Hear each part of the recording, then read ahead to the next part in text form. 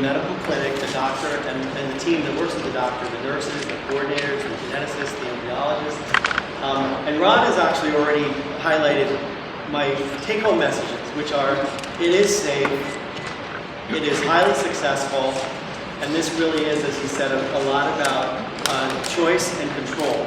But what's really changed the most with regard to the medical side of fertility in general and surrogacy specifically is that as pregnancy rates have become so much more effective and technology has gotten so much better in the lab, you become the beneficiary of not having to worry as those of us who did IVF 20 years ago and were successful after 4 or 5 attempts or 6 or 8 embryos, you can focus on the reality that in 98 to 99% of the time, after 3 tries, or well within 3 tries, you'll be a dad, and that which you can alternatively place your energy and time and focus on emotional energy, especially can go into the relationships that sometimes you don't anticipate when you start a surrogacy journey. You focus on, I just want a baby, but what actually becomes even more relevant after you have the baby or the babies are not only the relationships that you form with the surrogate, but maybe even the relationships that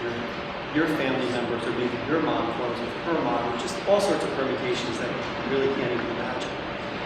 But on the medical side, the role of the medical clinic, as I see it, is to understand your short-term and your long-term goals and to design a treatment plan that maximizes your chances of achieving those goals. And we realize this is not a cookie-cutter process. There's a tremendous amount of individualization that should go into your medical care, and the doctor or the team that you work with will, in almost all instances, and certainly should recognize that specifically. Are you one dad? Are you a single dad? Are you a couple in which one of you wants to be the biological father, but maybe not the other dad, or do you want to have biological children each? Are you aiming for or not aiming for a twin pregnancy, which would very much influence your medical treatment, because the technology with embryo implantation now is that with carefully screened and appropriately managed egg donors, the implantation rate of any single embryo that results from that stimulation cycle is approximately 50 to 60%. So the days are way gone where you have to put in 3 or 4 embryos and just hope one takes and deal with the occasional high-order multiple pregnancies, which we really try very hard to avoid. Because, like I said, this really isn't rocket science anymore. This is a purposeful approach that should be designed to give you to use the technology wisely and prudently, so that we're really doing 3 things. We're maximizing the efficiency and the exactness of what you're aiming for. We're minimizing the risk to the risks to the egg donor by having too much medication or overstimulating, the risk to a surrogate who has higher risks that she inherits if you have a multiple pregnancy and she needs to go through additional interventions as a result of that. And even in the bigger picture, the risk to your family. Twins are result 50% of the time when 2 embryos are transferred. And twins almost always result in very safe and purposeful births in which the babies may spend a little bit of time in the hospital. But there are exceptions to everything, and going into the process, it's the role of the clinic, the role of the doctor specifically, to make sure that you balance the pros and the cons and the added value and the risks of all the decisions that you do. And that's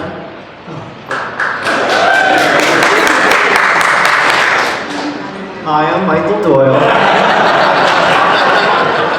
So that's 4 minutes. All right.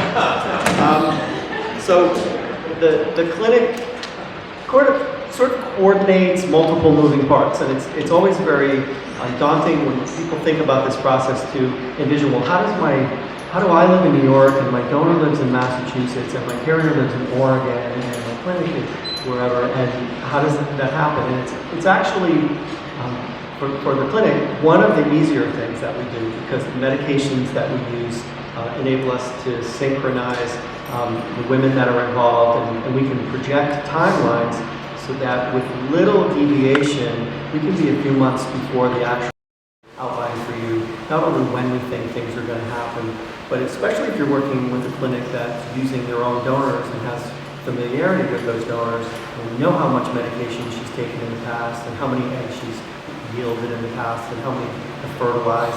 There's little variation in these types of cycles that it's easy at the very beginning to start off with saying, this is where we want to end up. We want to have one child, and then we want to come back, and my partner's going to have to. The medical visit from the very, very beginning is about choice, and it is about controlling the process and tailoring it to achieve both the immediate goals and the long-term goals. Because for families, most two-dad families that I work with, or maybe 50-50, are happy to have twins, and in fact, that's the goal. And there are donors for whom that's a highly anticipatable and usual outcome, and there are surrogates who carry twins beautifully and in fact want to carry twins or are open to it. And conversely, it's quite equally reasonable for a family to say, let's just do the one at a time, more traditional route, which minimizes risk, but maybe it'll take an extra month, an extra cycle or two to achieve that goal. So those are the dialogues that we have. We screen everybody very carefully before, and probably the frustrating part for most of you in the audience, if you haven't experienced it yet, or maybe you already have, is there's just an incredible excitement about getting started. There's so many empowering choices that you get to and do make, and then all the pieces are in place, and then it seems like it's a little bit hurry up and wait. The screening tests that you'll have involve infectious diseases and sperm quality. The egg donors can go through lots of testing that are a prelude to our stimulation of them, so that we know from a genetic point of view, from an infectious disease point of view, from an embryo quality point of view. What will typically happen is an egg donor will have around 20 eggs. If you choose to take an egg donor and not share the eggs with anyone else, typically 90% of the eggs will fertilize. So maybe 20 eggs, 16 to 18 will fertilize. Maybe you're sharing them with your partner if you have one, maybe you're not. The embryos will develop for the first 3 days and reach a certain stage at which we most of the time wait 2 more days. And all of the genetic imperfections that are inherent in any treatment cycle, even the most successful ones, it will express themselves during the 3rd and the 5th day. So we end up with something called a blastocyst, which is an embryo that has that 50 to 60% chance of implantation. So we're kind of letting nature weed out all the embryos. I have 30 seconds. So with that in mind, the embryo transfers can be extremely purposeful. Sometimes you can genetically screen the embryos by doing genetic testing on them. So for some couples who have genetic diseases, we can rule them out. For people who are looking for gender preferences or selections, that's also an option. So again, we start at the beginning of the journey and identify all of the unique desires and motivations and goals of you and or your couple, and we develop a treatment plan that maximizes your chances of achieving that goal. All right, great, thank you.